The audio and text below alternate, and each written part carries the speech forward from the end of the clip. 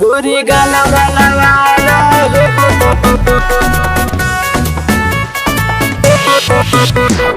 होली है।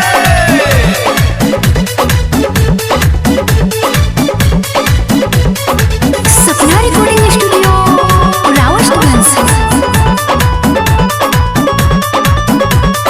होलिया में गोरी सुना मुरझा छोड़ा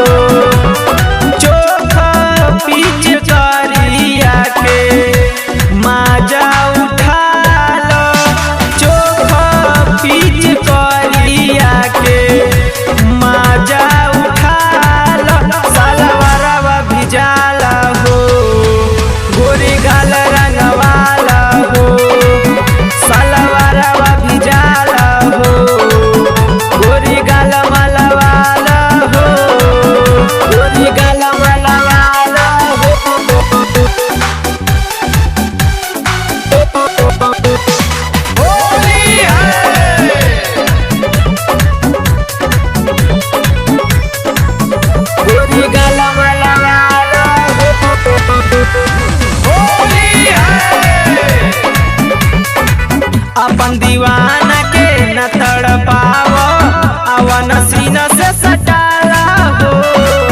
आइल बा फगुआ त सुन सुगी हो फायदा पूरा उठाला हो, फायदा पूरा उठाला हो।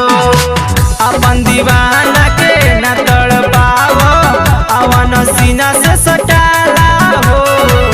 आइल बा फगुआ त सुन सुगी हो फायदा पूरा उठाला हो। 2021 चोली या पली खवाला, 2021 चोली या पली खवाला। सलवारवा भिजाला हो गोरी गाल रंगवाला हो, सलवारवा भिजाला हो गोरी गाल रंगवाला हो, गोरी गाल मलवाला हो।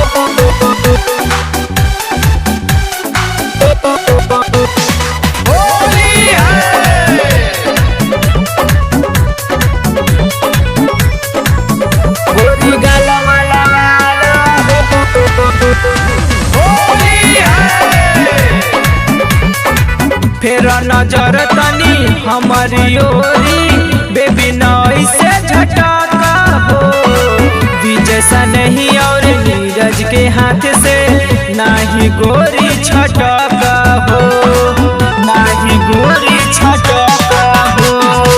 फेर नजर तनी हमारी ओरी बेबी नई से झटका हो। पर कृष्णा और हो नीरज के हाथ से न छटका